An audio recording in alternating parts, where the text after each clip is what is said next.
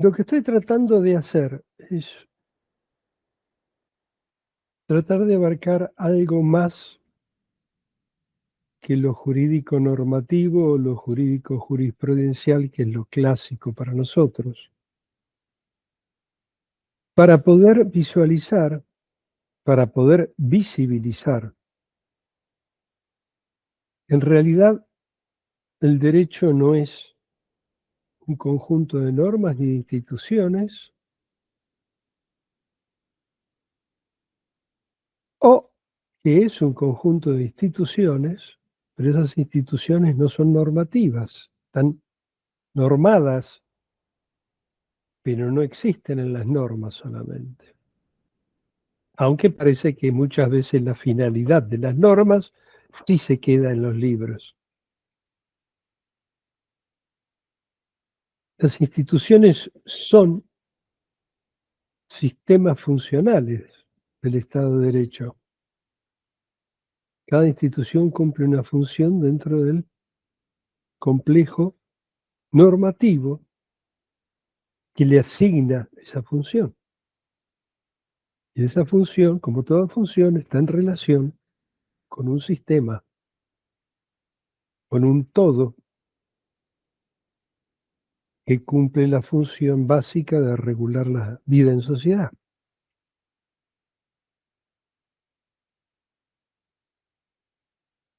Pero habitualmente lo que estudiamos, incluso lo que estudia la ciencia política, digamos, algunos que son muy sociológicos,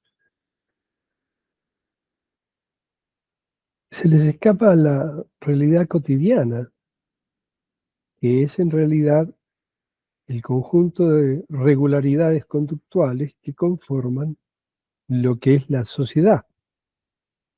Normalmente se sacan fotos de la sociedad para estudiarla y se estudian esas imágenes fijas, se las analiza, se las descompone y se las vuelve a componer para entenderlas desde el punto de vista de que se trate. Pero siempre lo que se pierde es lo humano social, lo humano colectivo, que no tiene que ver mucho a veces con las normas que regulan esas instituciones. De ahí que me parecía importante, esto no es nada más que una mínima colección, me parecía importante resaltar los códigos institucionales por sobre las normas que regulan las instituciones. Rabossi decía que las normas estaban bien regulando las instituciones, que los desfasajes o las divergencias en la aplicación obedecía a los códigos de la práctica, a las normas no escritas, acordadas en el andar, porque no hay nada que plasme ese acuerdo, acordadas entre los miembros de las instituciones que son responsables de llevarlas adelante.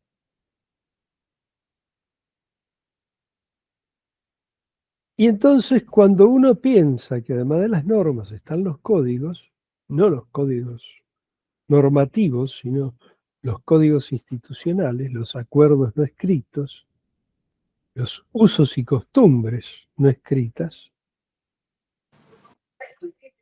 uno empieza a entender qué es lo que sucede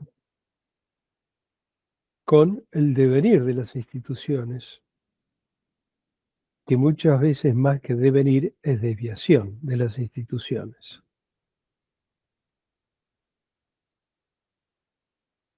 Por caso, hay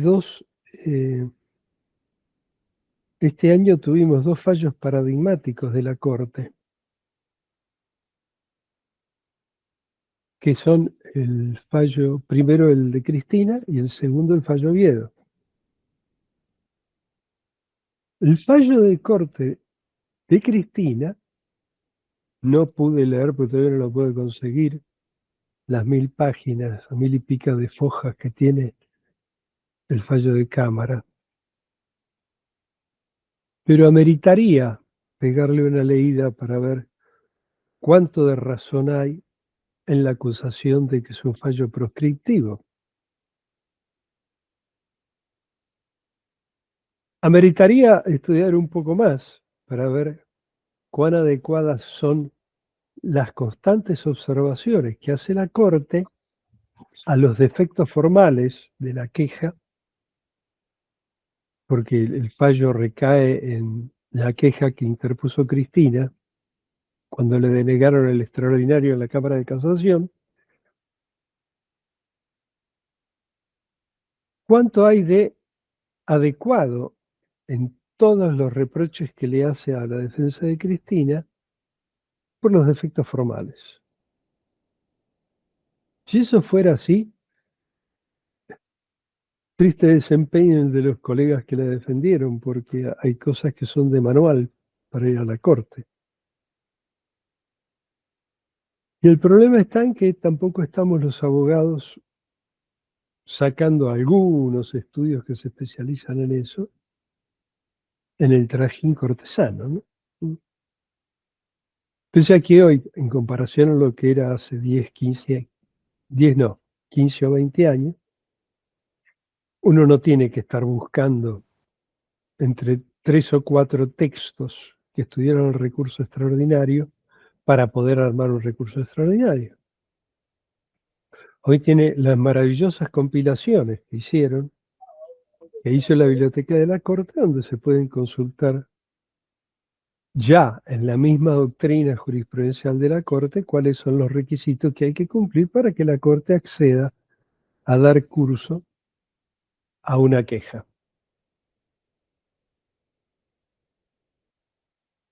Pero sobre todo lo que me interesa, y no sé si voy a poder hacerlo en este tiempo de vida que me asignaron, o sea, en los próximos 50 años, porque la causa parece ser bastante voluminosa como para revisar todas las constancias periciales y las cosas que se dicen. Pero hay algunas cosas en las que la Corte parece tener razón y habría que hacer un estudio pormenorizado para ver cómo fueron los trámites de prueba. Eso no tiene tanto que ver con Cristina. A Cristina la conectan o la meten dentro del paquete a partir del supuesto interés sesgado de ella al firmar un decreto, el 54 del 2009, donde amplía los beneficiarios de un fideicomiso que se constituyó en el año 2001, un decreto 976, para asistir, para pagarles a los concesionarios del mantenimiento de las rutas. Ella lo amplía y lo que se ve de la ampliación, que es la Secretaría de Vivienda y Ambiente Urbano, de Vialidad Nacional, y no recuerdo qué otro ente estatal, no termino de entender cómo se beneficiaría Cristina. Pero aparentemente se derivaría de la aparente prueba de los vínculos de Cristina con Lázaro.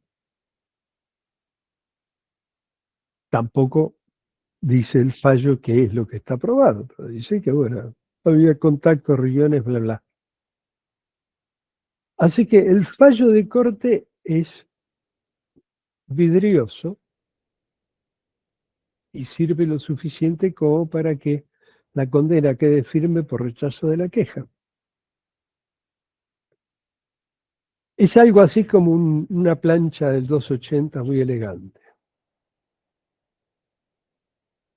Pero el punto interesante que menciona la Corte en algún párrafo es que Cristina firmó ese decreto pese al aparente dictamen desfavorable de los servicios jurídicos.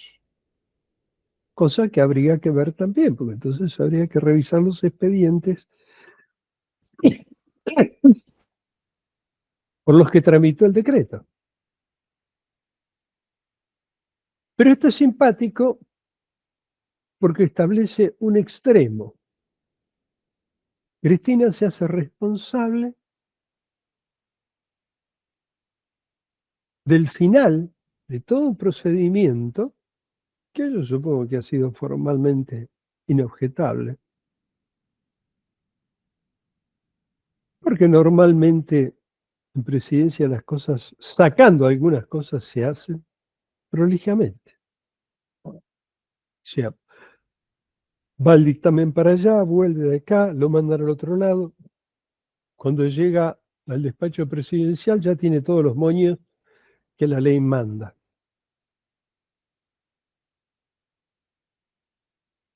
Pero lo que no queda claro es cuál es la relación de Cristina con todo eso, más que el haber puesto la firma en la culminación del proceso. Lo de Cristina aparece como responsable de una cantidad de actos de subordinados, de instancias inferiores. Esta es una punta. Condenan a la responsable de la decisión por un procedimiento burocrático, por un procedimiento reglamentario cumplido. Entonces de pronto aparece una intención dolosa por parte de ella, no se sabe en qué se manifestó, que le vale la condena y la consecuente proscripción. En la otra punta, un mes más tarde, una cosa por el estilo, la Corte falla en otro caso que se ha hecho más o menos notorio, que es Oviedo contra Telecom, donde pasa exactamente lo contrario. Yo casualidad en el extremo contrario del espectro político. Este señor Oviedo era un trabajador de empresas tercerizadas por Telecom. Y estas empresas se dedicaban a hacer las instalaciones y preparar las cosas para que Telecom preste sus servicios, y la parte de infraestructura. Y parece que lo dejaron colgado con algunos salarios, no, estaba en negro para Telecom, lo dejaron colgado con salarios en la tercerizada, y entonces hace la demanda por créditos salariales e indemnización por despido, que debe haber sido indirecto, no lo dice el fallo, pero es lo de menos. ¿Quiénes estaban demandados aquí? 3 directores de Telecom. Uno de ellos, ¿quién es? Gerardo Berten, el ahora renunciado canciller. ¿Cuál es la argumentación que esgrime la Corte para liberar de responsabilidad a los directores?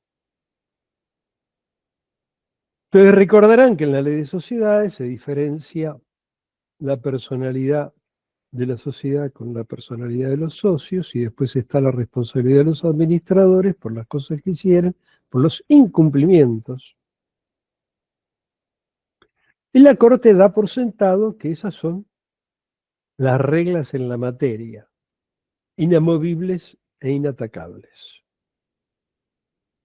Los administradores responden por el mal desempeño.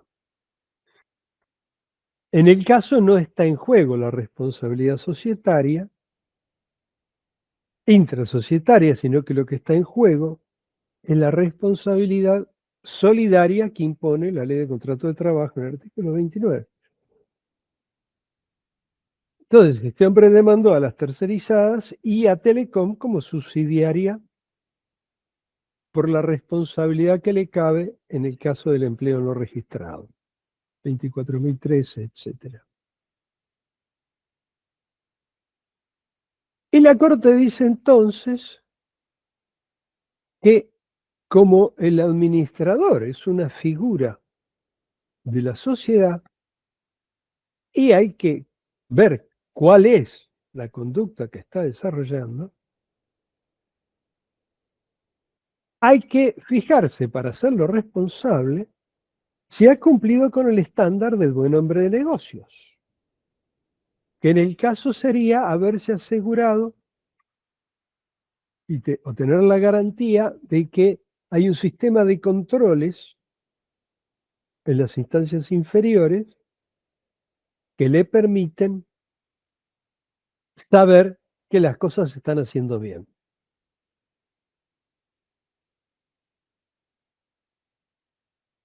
Y concluye que como sí existía el sistema de controles, si estaban, si en realidad no dice si estaba, si se verificó o no se verificó, va saltando conceptualmente y cae entonces en que en una empresa moderna, grande, compleja, donde hay diferenciación de instancias, se intervienen varias instancias, los administradores no pueden estar en los detalles operativos. Y al no poder estar en los detalles operativos,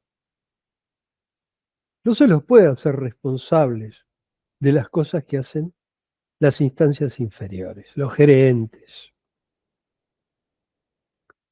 Esto es muy interesante porque acá el foco se pone sobre Oviedo, trabajador individual, con un contrato individual de trabajo, que pretende que sea reconocido a cargo de Telecom, cosa que además es cierta, porque es Telecom la beneficiaria última de ese trabajo, o primera.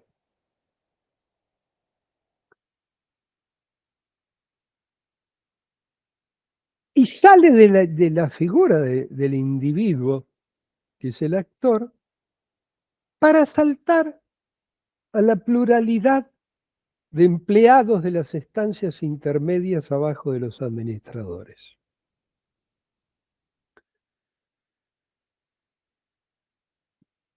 Entonces, le sirve el corrimiento conceptual para poner el foco de atención en que en realidad lo único que se le puede reclamar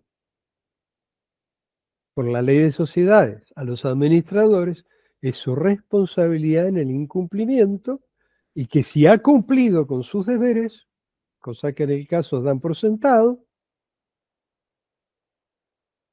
es notable cómo aparecen el es indudable, es claro, antes de frases basales dentro del fallo, sin explicar cómo es indudable, por qué es indudable y por qué es claro. Pero para ellos es claro que hay una pluralidad de instancias intermedias entre la ejecución y la dirección. En consecuencia, los directores no pueden estar en las minucias de todos los días.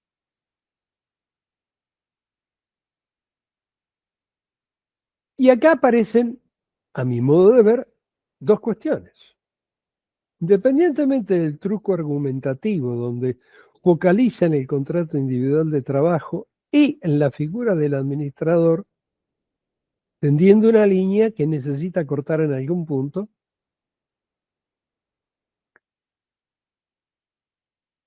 está por un lado la ley de sociedades y está por otro lado la ley de contrato de trabajo. Son dos estatutos distintos. Cuando habla de la regulación básica de la ley de sociedades, dice que la regulación de las sociedades comerciales se ha establecido por el bien, el valor que tiene el comercio en la vida social, por tanto hay que proteger y hay que tutelar y hay que... Y entonces se separa el socio de la persona societaria. Pero acá hay una cosa clara, esa responsabilidad solidaria que tienen los administradores por incumplimientos en su función está frente a terceros, y lo dice la Corte, la responsabilidad que las sociedades tienen frente a los terceros, o los administradores frente a los terceros, entre ellos los beneficiarios de un contrato de trabajo, Es muy simpático cómo, si uno mira la realidad, se pregunta, una institución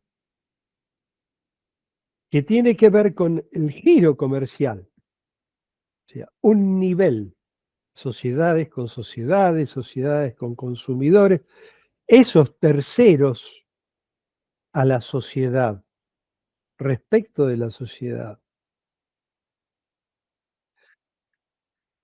El trabajador es un tercero respecto de Werten y respecto del resto del mundo que no sea él, claro. Pero el trabajador es un tercero en ese caso, o el trabajador pertenece a la esfera interna de la vida social, o sea, de la trama de relaciones jurídicas que regulan el desarrollo de la sociedad internamente. Porque si yo al trabajador lo pongo afuera de la sociedad, como sería la óptica de la ley de contrato de trabajo, es lógico, porque en ese caso él no pertenece a la sociedad, le prestó el servicio a la sociedad, ok, pero desde el punto de vista del que está dirigiendo la sociedad, orientando el giro social en lo macro, ese que está ahí abajo es un tercero para él. O sea, todo el ámbito interno de relaciones y la vida societaria interna implica que los que están ahí adentro son externos, o sea, terceros respecto de la sociedad y de sus administradores. Porque este primer truco de decir el trabajador es un tercero respecto de la sociedad, ya lo pone, está cortando el nexo con el administrador y lo está emplazando en una responsabilidad societaria, no en la responsabilidad presunta o ficta de la ley de contrato de trabajo. Se escapa de la responsabilidad subsidiaria laboral. Este primer punto yo creo que es bastante grueso, como para decir que acá hubo una distracción que permitió llegar a decir, el administrador no tiene nada que ver con el contrato de trabajo. O sea, personalicemos, no me acuerdo los nombres de los otros dos. Wertheim no tenía nada que ver, no decidió tomarlo a Oviedo. Claro, en este cruce de ópticas, si yo superpongo el contrato individual de trabajo con la responsabilidad societaria presunta del 54, creo, de la ley de sociedades, tengo un problema. Si lo pongo a Oviedo afuera de la sociedad, porque está fuera de la sociedad desde la óptica de co-contratante laboral, estoy escamoteando la relación que tienen y la responsabilidad que tienen los administradores para con sus empleados. El truco de meter en el medio, no truco, el recurso de meter en el medio las instancias inferiores, los gerentes que contrataron a Oviedo, estaría bueno para decir respecto de Oviedo, claro, sí, él no contrató a Oviedo, Wertheim, ¿qué tenía que ver con Oviedo? Nada. Ok, pero las tercerizadas eran una decisión de política empresaria que tomaron los gerentes, o era una decisión de política empresaria que en algún momento aprobó el directorio, y no importa en qué época, porque los directores van asumiendo la tradición de administración y las responsabilidades que conlleva. O sea, las políticas de la empresa son políticas que ya existían cuando entraron a la empresa, las aceptaron, no las modificaron. ¿Qué se le va a hacer? Ha quedado pegado él también. De pronto uno dice, sentido práctico, que es lo que enarbolamos todos los días enarbolábamos todos los días en los pasillos de tribunales, hoy frente a la computadora. Ese criterio práctico que dice, total, Telecom va a pagar. No es cuestión de que vayan a manotearle cosas a Wertheim para que responda. Telecom va a pagar. Pero es que no es el caso de Telecom, en este caso, el resultado concreto, crematístico de la sentencia. Acá el caso es que en un lugar, quien probadamente cumplió con todos los requisitos para aprobar una ampliación del fideicomiso de los concesionarios viales y aumentarlo, incluir 2 o 3 entidades más, porque no son personas. O sea, lo hecho regularmente por todas las instancias inferiores hace recaer una condena por fraude a la administración pública en quien firmó el decreto. Porque se supone que tenía intenciones dolosas de fraude, porque ella se vería beneficiada de alguna manera. Y en este caso de Oviedo, donde claramente se usan dos recursos argumentativos típicos de los que practican la teoría de la argumentación jurídica y recurren al lenguaje para tapar la realidad, resulta que tenemos que convierten al trabajador en un tercero para un caso laboral, que además no es lo laboral, en realidad lo que estaba en juego, porque es la responsabilidad societaria que va para arriba, aunque sea vía la vía subsidiaria del 29 de la Ley de Contrato de Trabajo. Este cruce de ópticas es lo que permite cortar la cadena de responsabilidad hacia arriba y dejarla en los gerentes.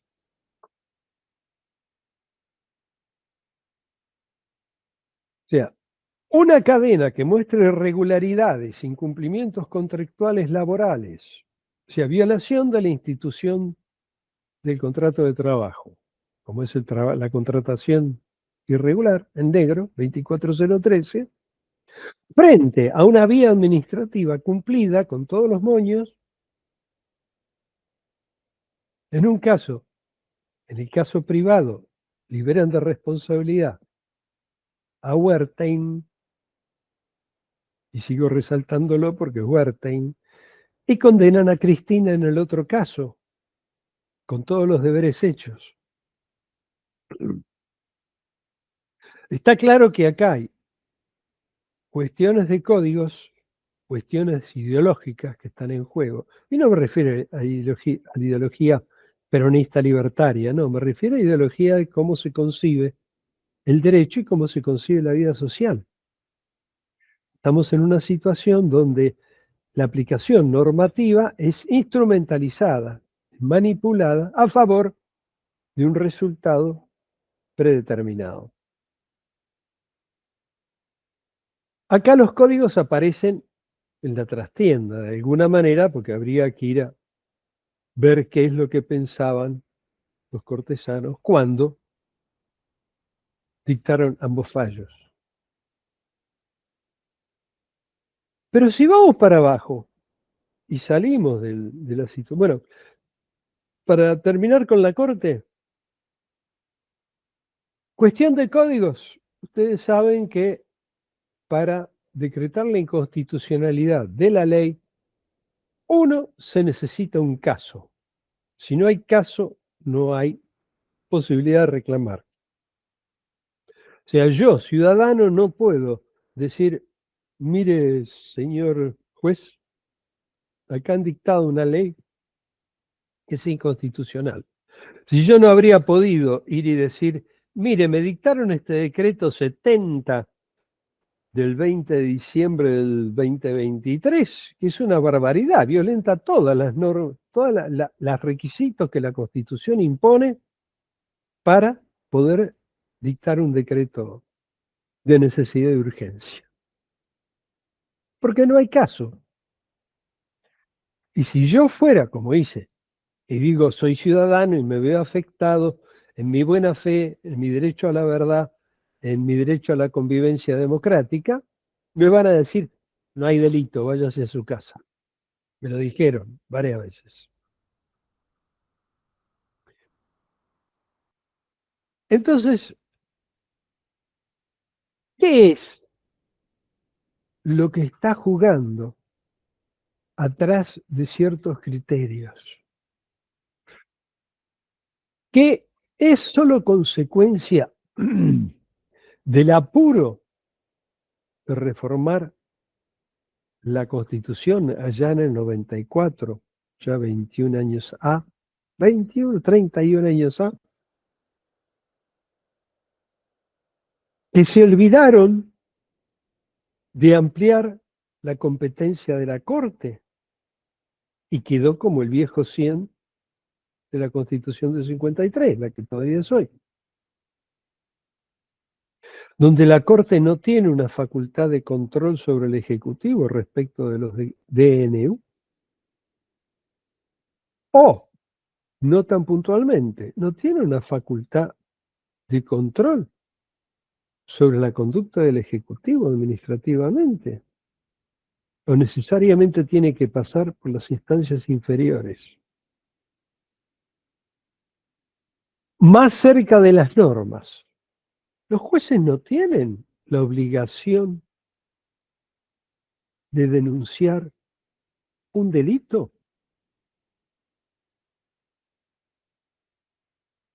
Para complementar, el dictado de un DNU contra la Constitución, incumpliendo todos los requisitos que pide, ¿no es un delito? ¿No es una violación constitucional que por deliberada, querida, anunciada y declamada constituye un delito?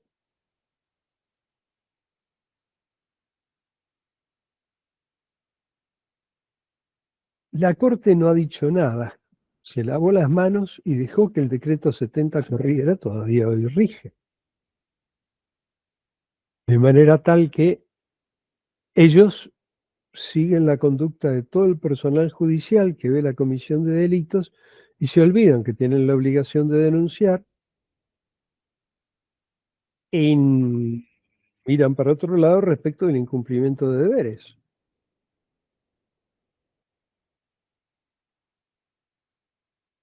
Estas cosas, y además porque, bueno, está la esfera de protección de que goza el Poder Ejecutivo por el solo hecho de ser el Ejecutivo y el poder político. Entonces, no tiene que interferir la justicia sobre el poder político, sobre el funcionamiento del poder político. Entonces, si hacen las cosas como las han hecho y siguen haciéndolas, ¿la obligación de denunciar no existe? ¿No tendría la cabeza de un poder que decirle a la cabeza del otro poder, no, esto no lo puedes hacer? Como efectiva, informal y diligentemente hizo Lorenzetti cuando fue a decirle a Macri, no, a la Corte por decreto no se puede entrar.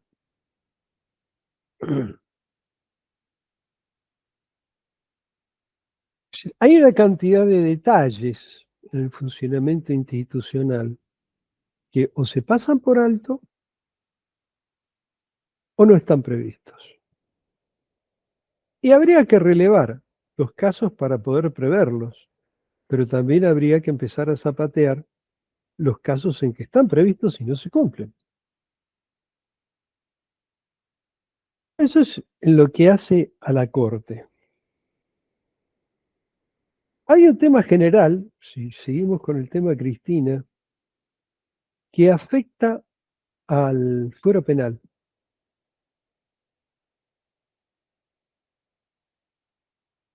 Ustedes recordarán que el deber de congruencia afecta a toda la judicatura en todos los fueros.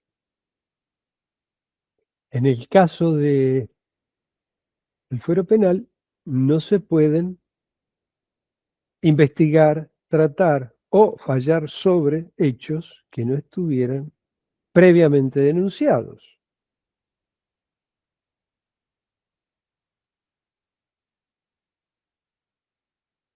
Entonces, ¿cuál es el recurso que he visto usan los fiscales para no hacerse cargo?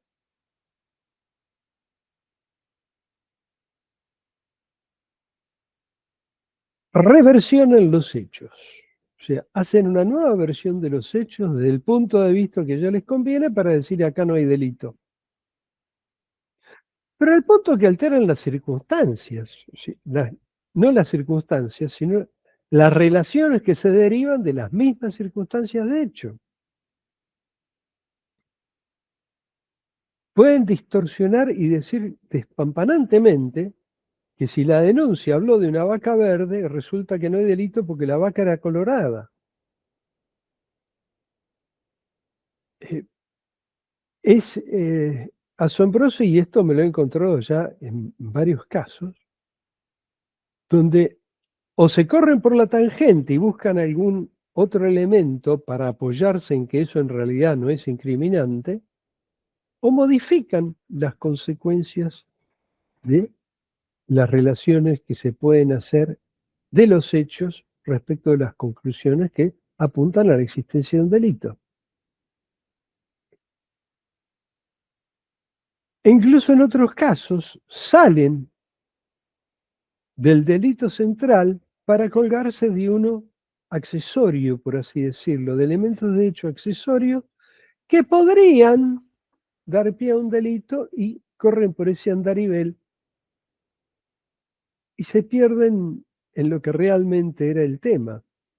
Y el problema está en que ahí va marcando el cronógrafo va marcando el tiempo de la prescripción, ¿no?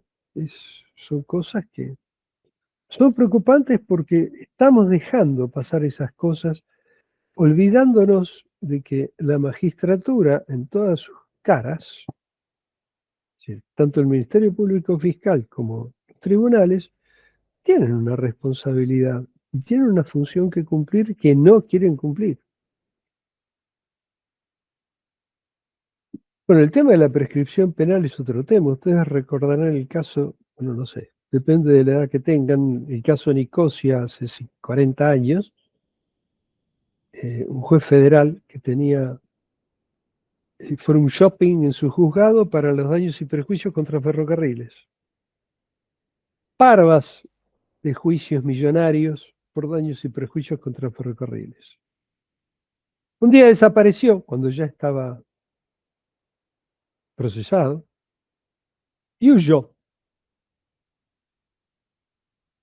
Y 10, 12 años más tarde apareció en Uruguay una vez que prescribió la acción penal. Entonces digo yo, ¿la acción penal prescribe aún cuando se ejerció? ¿Qué esa generosidad que lo vamos a ver mañana, que tiene que ver con un vicio argentino de tolerar el incumplimiento? Pero seguramente todos nos sentimos incumplidores, entonces le perdonamos la vida a los cumplidores, a los incumplidores. Si fallan con nosotros, yo voy a fallar mañana, así que quedamos empardados. Son cosas que preocupan porque están carcomiendo toda la credibilidad de la justicia. Pero a mí lo que más me preocupa es esta cosa de que de pronto el Poder Ejecutivo no tenga un contrapeso judicial,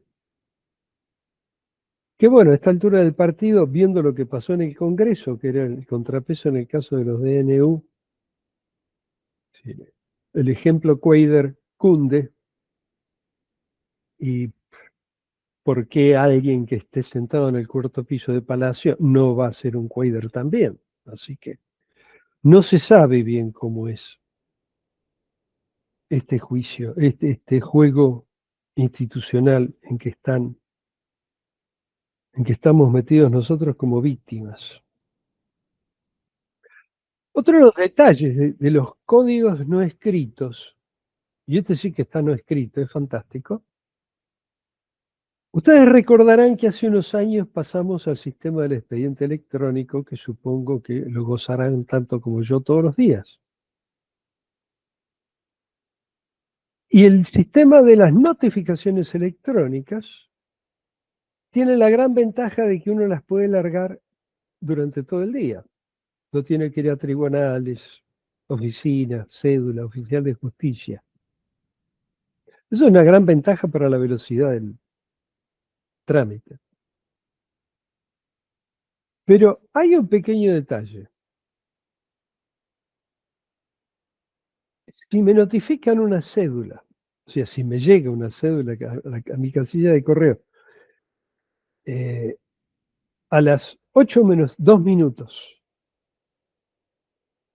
mejor dicho, a las 19:58, ¿cuándo se computa el día de notificación? Ustedes saben que la notificación, teóricamente, en otros términos, sería ese día que entró. Pero eso está regulado por el 152 del Código Procesal y establece que las notificaciones se harán en horario de oficina. O sea que yo no podría estar mandando cédulas a las 2 de la tarde. Es decir, mandarlas puedo, pero no esperando que se notifiquen en el mismo día que las estoy mandando. En ese caso, tendría que haber pasado, como en el caso de las cédulas en papel, tendría que haber pasado al día siguiente, si el plazo se entraría a contar al día siguiente de la notificación. Pues bien, uno tiene que estar pendiente de las notificaciones hasta las 20 horas, porque si entró a las 19:59, resulta que queda notificado en ese momento y el plazo va a entrar a correr al día siguiente. No como habría correspondido, siguiendo la letra del 152, que toda cédula que yo reciba después de las 13:30 queda notificada el día siguiente. O sea que se pierde un día de plazo, que cuando el plazo es de 3 días es importante. Resulta que eso no está reglado en ningún lado. El artículo de la acordada 13, creo que es, establece que las notificaciones se harán de acuerdo al 152, pero no dice nada respecto del horario. ¿Dónde habla del horario? De que va a ser hasta las 20 horas. En una de las preguntas de asistencia que hay para los letrados en el sitio de la Corte, en una pregunta que dice más o menos como, ¿cuándo tengo que mandar una cédula para que quede notificada en el día? Y no es tan clara. Es algo así como, ¿cómo tengo que mandar las cédulas? Entonces, dentro del texto de respuesta a esa pregunta, figura que es hasta las 20 horas. ¿Por qué? Porque el 152, en su extensión, donde contempla la habilitación de horario judicial para los oficiales notificadores, nosotros no somos oficiales notificadores, si hay una violación subjetiva de la norma procesal, resulta que los oficiales pueden notificar hasta las 20 horas para que quede notificada en el día. Si no, va a quedar notificada al día siguiente. Entonces, esa respuesta de las preguntas frecuentes es la norma, entre comillas, que establece que las cédulas se pueden notificar hasta las 8 de la noche. Hasta las 8 menos 1. Ustedes disculpen que hoy estoy con machetes, pero estoy fundido con una gripe y me cuesta hilar.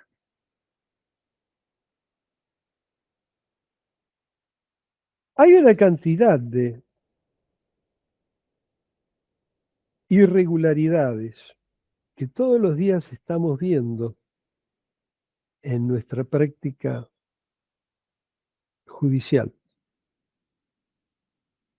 Hay una cosa que siempre me llamó la atención y yo me pregunté por qué. en derecho constitucional, la mayoría de los textos, se sigue aceptando que la garantía de defensa en juicio deriva del artículo 18 de la Constitución Nacional, que está hablando del caso penal, estrictamente, y se refiere a lo penal. Al único que le encontré decir algo distinto fue a Villar Campos en su antiquísimo manual de hace 60 años, donde dice que en realidad es un caso de petición.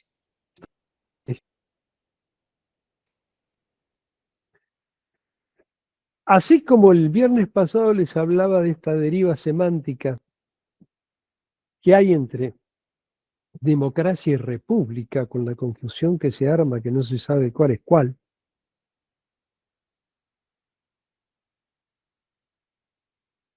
Hay una confusión que se produce, estaba diciendo, se me produjo un blanco con este estado mental penoso que tengo.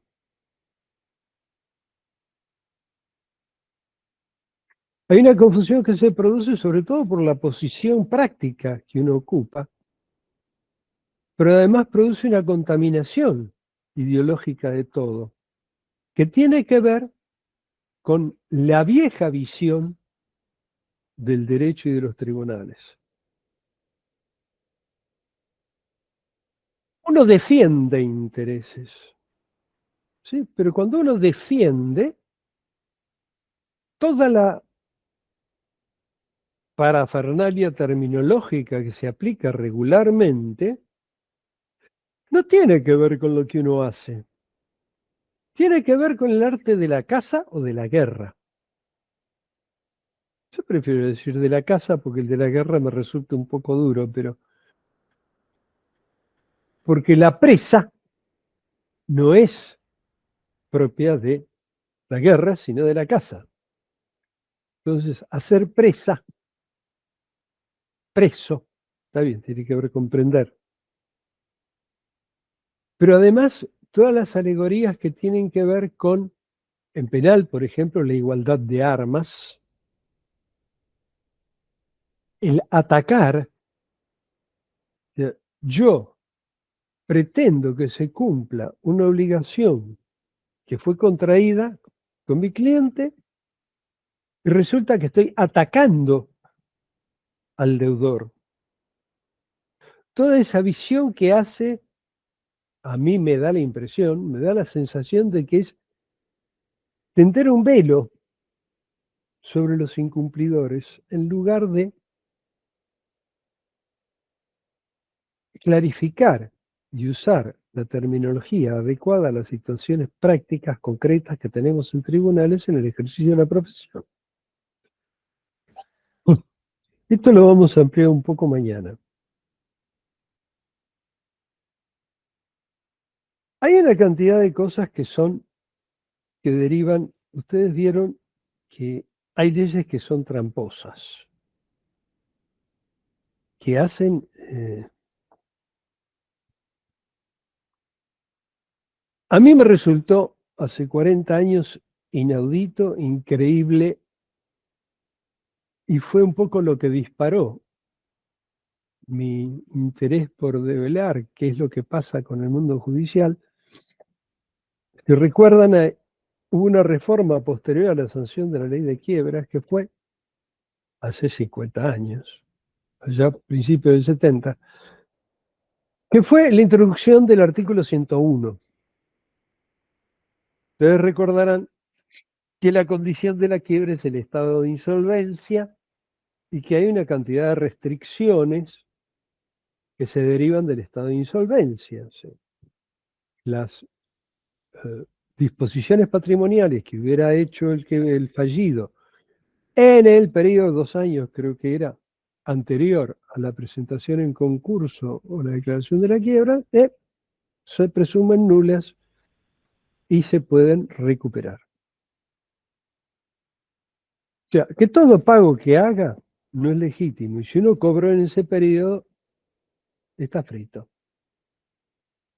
Pero resulta que El artículo 101, que viene después del 100, no matemáticamente, sino que es el que establece la apertura de la quiebra.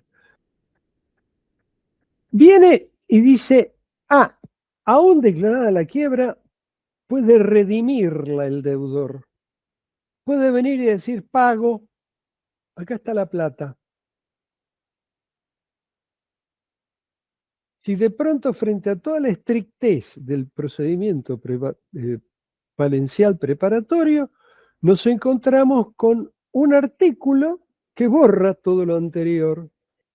Y dice, no, pero puede pagar en esta etapa. Imagínense qué fiesta poder pagar en esa etapa en procesos como el inflacionario actual hasta ahí, pero lo que fue en la hiper de hace 30 años, que era duro, realmente se comía todo. Entonces podía venir y decir, pago. Y no se entiende por qué fue incluido, por qué tanta bondad con el fallido.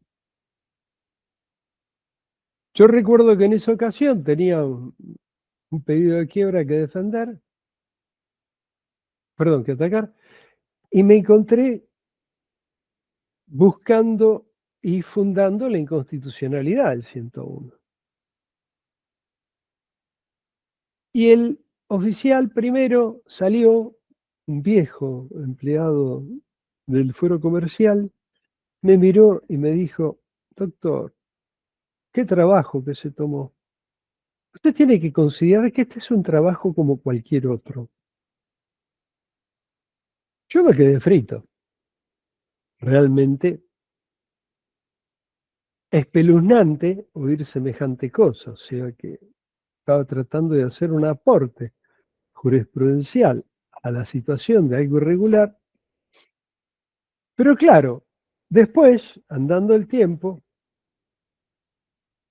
no lo podría mencionar aunque todo el mundo lo conoce, primero porque me olvidé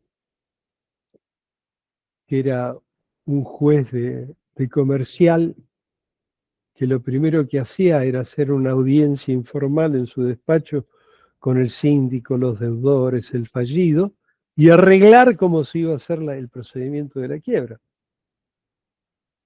Otra jueza que dentro de su juzgado tenía establecida una contaduría donde se procesaban todos los créditos, se hacían los arreglos concursales. Uno es de la década del 70, principio del 80, esta otra no, es más cercana.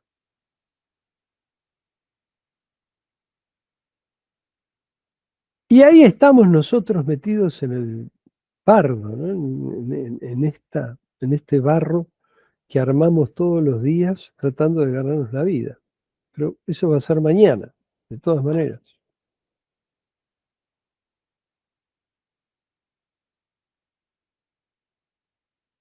Hay algo que es tácito, que no está escrito en las normas, pero que en la organización y sobre todo en el desarrollo institucional, el desenvolvimiento institucional del Poder Judicial, es muy manifiesto. Y es que es como si la ley estuviera, la ley procesal y la práctica procesal judicial estuviera preparada para favorecer a los que no cumplen. Como si todo el andamiaje tuviera que ver con eso en el sentido de la garantía del derecho de defensa en juicio,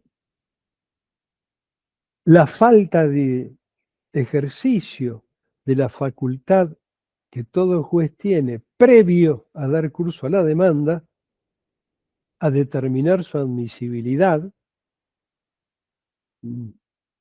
Yo no recuerdo en este momento no recuerdo que en mis 50 años haya visto algún juez que rechace un ejecutivo con un cheque visiblemente fallido o que no se cumplen las condiciones para lo que sea en cualquier juicio.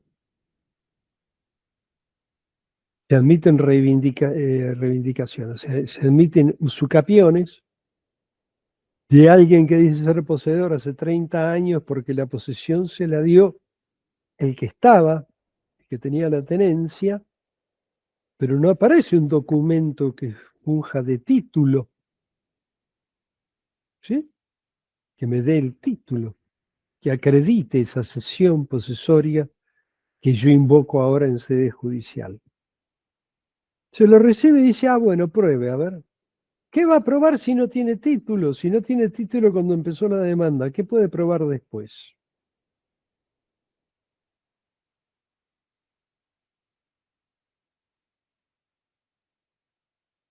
Hay una cantidad, otros juicios paradigmáticos eran los de la deuda por obra pública en la provincia de Buenos Aires, que eran títulos de crédito, cesibles como todo título de crédito, con la garantía de que el deudor no se iba a enterar nunca, porque por lo general en la provincia de Buenos Aires, sobre todo hace 30 años, eh, había quienes para ahorrar habían comprado lotes y los tenían ahí, y toda esa situación irregular, que termina siendo en que no se enteran de que les iniciaron el Ejecutivo, las municipalidades ceden, por lo general, a estudios jurídicos, los títulos de crédito, vienen los abogados y ejecutan, porque se toman el trabajo de buscar al dueño para ejecutarlo, por supuesto.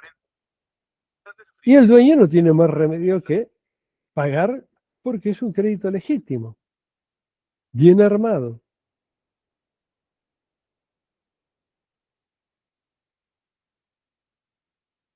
Parte de este entramado de favorecimiento al moroso es la misma jurisprudencia. La defensa que hacen los tribunales de la pureza conceptual, de la tasa de interés,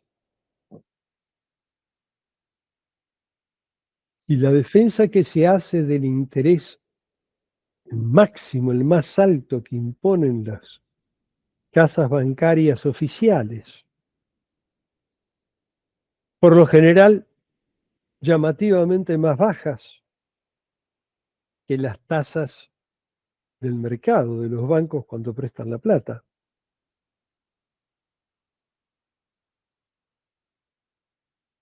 El hecho de que no se aplique como se debería y con la frecuencia que se debe la capitalización de intereses en caso de mora más clara y distinta, en realidad la mora automática tendría que ser el caso de capitalización, sobre todo en estos tiempos inflacionarios. El hecho de que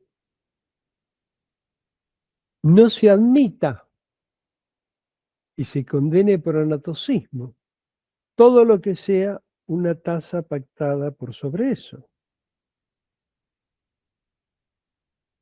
Es ese purismo que tienen los tribunales para defender, mm, no sé, será su santidad ideológica, doctrinaria. Ese purismo no condice con la realidad de los créditos, donde cuando uno tiene que ejecutar, y un ejecutivo puede durar 4 o 5 años, finalmente no termina cobrando ni el monto del crédito original. Y sin embargo, eso existe y se aplica. La reforma del código, que sanamente incluyó la capitalización de intereses, no se sabe por qué, cada 6 meses, como si estuviera tachado de alguna impureza doctrinaria el hecho de que mensualmente el capital recobre su potencia por un interés, porque obviamente a 6 meses, por más que sea interés directo, se pierde porque se pierde la capitalización de los intereses mensuales. ¿Por qué? El terror a la compensación. ¿Por qué? Al que esgrime el derecho, al que ve su derecho lesionado y va a tribunales a hacerlo valer, se encuentra con que su derecho siempre vale menos. Sufre una creditis diminutio, ¿sí? El crédito pierde por el hecho de que no me pagaron y tuve que hacer juicio, pierdo plata.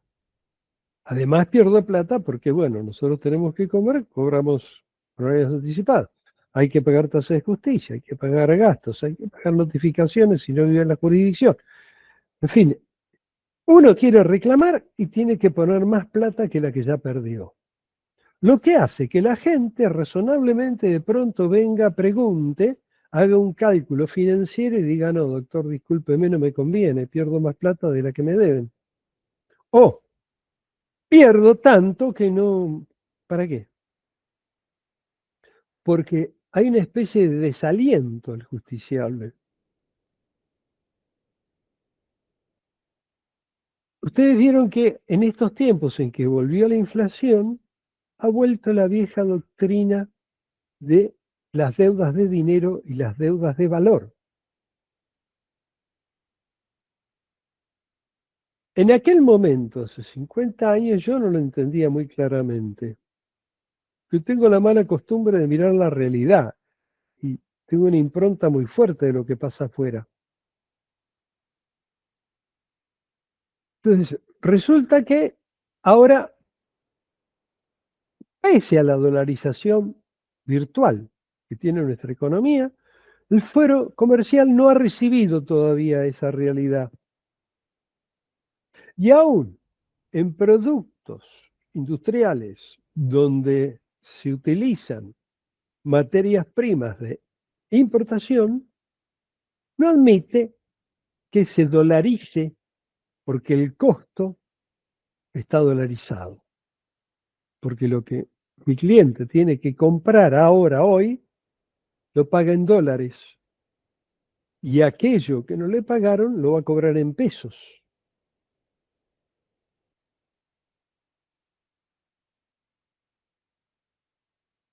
Y este revival que tiene, este renacimiento de la doctrina de las deudas de valor, creo que merece un poco más de consideración para descalificarla, porque el valor que tiene el dinero es el día del vencimiento de la deuda. Ese día queda fijado el valor. Si el día que vence la deuda yo voy y uso la plata para comprar un auto, bien, fantástico. Ahora, si ese día venció y yo no me puedo comprar el auto porque no tengo la plata y me la pagan 6 meses después, miren qué bueno que soy. Y el auto ya vale más, porque aumentó en este tiempo. Yo no puedo ir a decirle a mi deudor, che, me cobran más por el auto, ¿qué hacemos? ¿Qué es esto de decir que el dinero no es valor? Si el dinero son papelitos avalados por el Banco Central que establecen un valor, la deuda de dinero es también una deuda de valor, el que el billete nominado tiene a la fecha de vencimiento de la deuda. Y si ese billete nominado cambia su valor, razonablemente cambia el monto de la deuda. Pero hemos vuelto a esta jurisprudencia ridícula de hablar de las deudas de valor como distintas de las deudas de dinero. Son que además tiene que ver con códigos institucionales. O sea, esta pureza ideológica respecto de los intereses, del cuidado de no mancharme con la plata, porque los intereses me remontan a Shylock. Esta cosa de eh, no querer dar a cada uno lo suyo, en el sentido de que alguien reclamó 100, tiene que recibir 100 de acuerdo al valor que tenían en la fecha de vencimiento, me hace pensar que esto tiene que ver con las raíces coloniales de nuestro derecho. No de nuestro derecho, de nuestra justicia.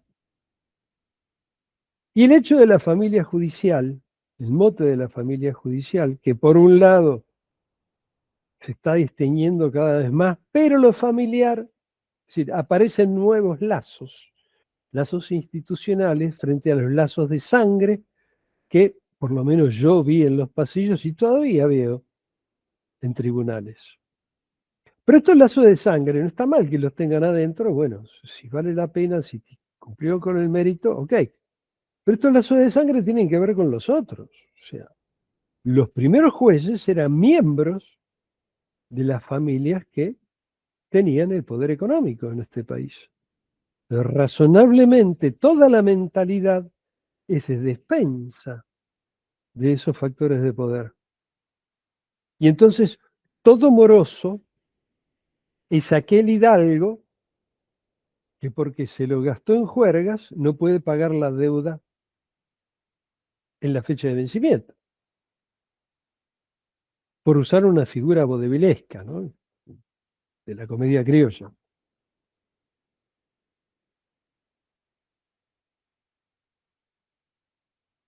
Bueno, esto podría seguir mucho más.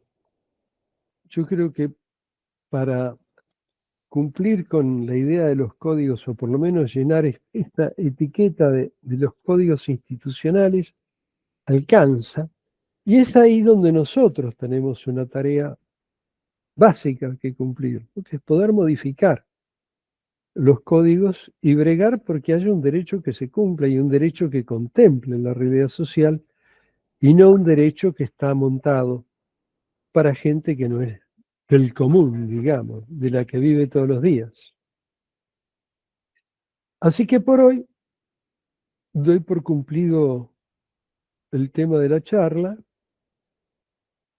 y que, bueno, acá la limitación de comunicación para ustedes está en que tienen que hacerlo a través del chat. Así que si tienen alguna pregunta, alguna duda, yo lamento estar en peores condiciones todavía que las del viernes pasado, pero creo que algo pude transmitir, más o menos coherente.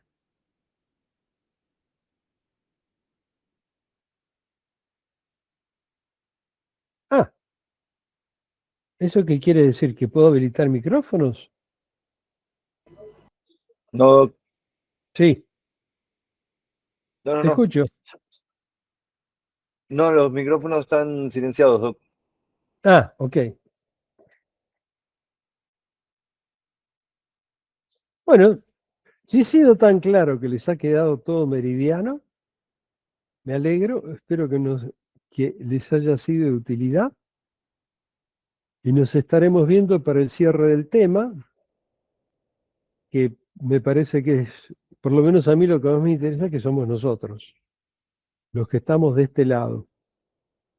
Así que les agradezco la paciencia y el haber venido y les mando un saludo muy cordial.